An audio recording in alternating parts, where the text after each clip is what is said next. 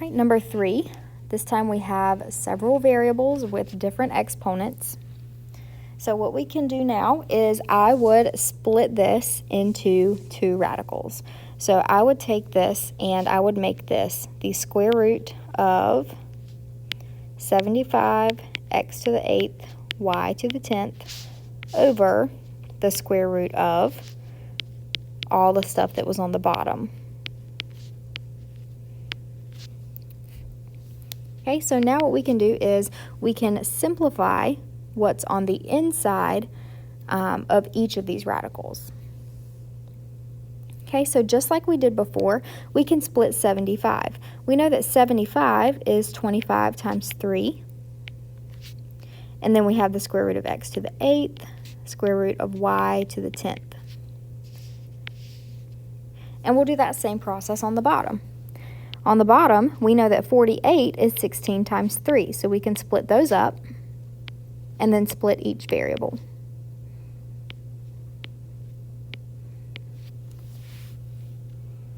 Right, so continuing to simplify, in the top,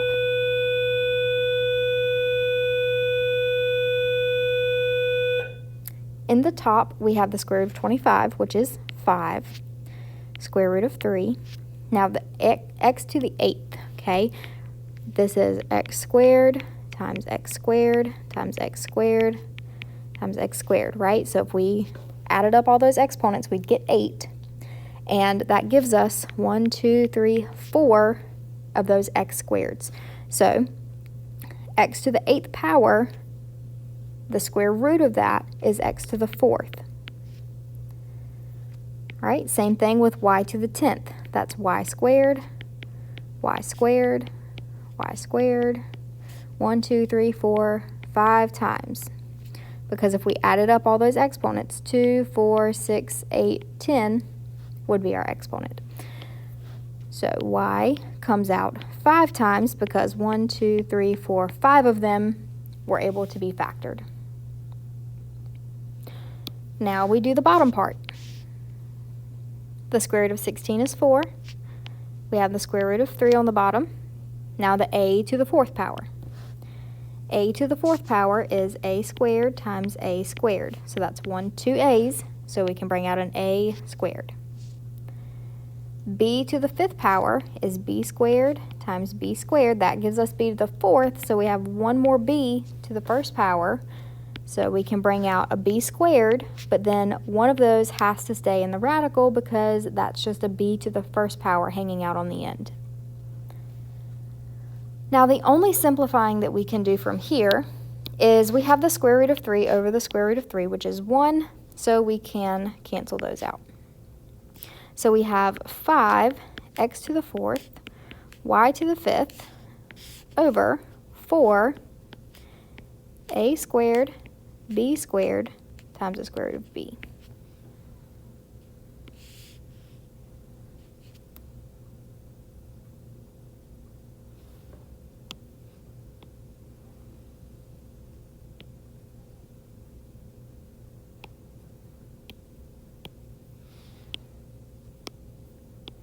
All right, come into a new page to do this one.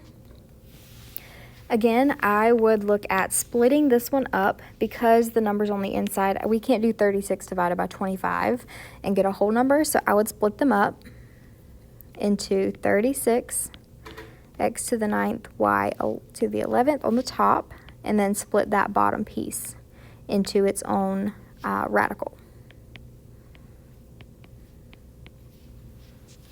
Right, so we know that the square root of 36 is 6, but I'm going to go ahead and write out each piece of this just like we have been.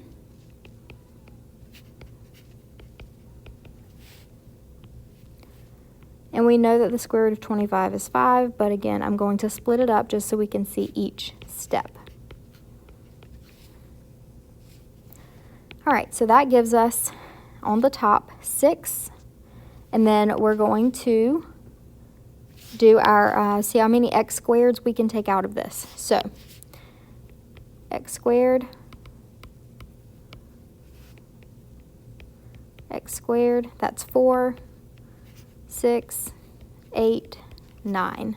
Okay, so we have 2, 4, 6, 8, 9. All right, that gives us how many x squareds did we take out? We took out 4 x squareds, so x to the 4th, but 1 has to stay inside the radical.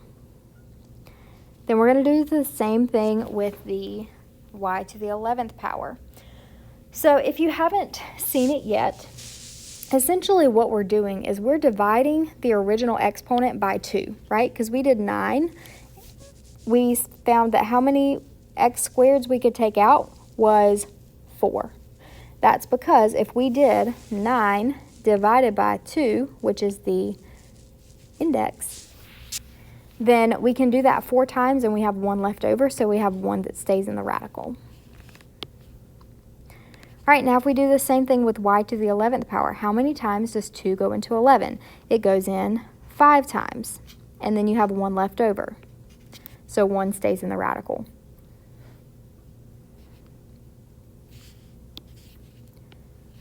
All right, on the bottom, square root of 25 is 5. Now, how many times does 2 go into 3? It goes in there once. So that's just x to the first power, and then you have an x that stays in the radical. Okay, how many times does 2 go into 4? 2 goes into 4 twice, or 4 divided by 2 is 2. So we have y to the 2nd power on the bottom. Now we simplify as much as we can. First, I see a square root of x over a square root of x, so those are going to cancel. So we have 6 x to the 4th, y to the 5th, square root y, over 5x y squared. Now, we're not quite done. We have to actually use our exponent rules to simplify the like bases. So we have x's that can be simplified, right? So we can simplify these. We can simplify these y's. Okay? So when we do that, we're going to get a 6 staying on the top, a 5 staying on the bottom. Now we're still going to subtract those exponents for the x's. So we're going to do x to the power whatever 4 minus 1 is, which is 3. So that goes in the top. And then y to the 5th over y squared is going to be 5 minus 2, which gives us y to the 3rd in the top. And then we still have a square root of y in the top.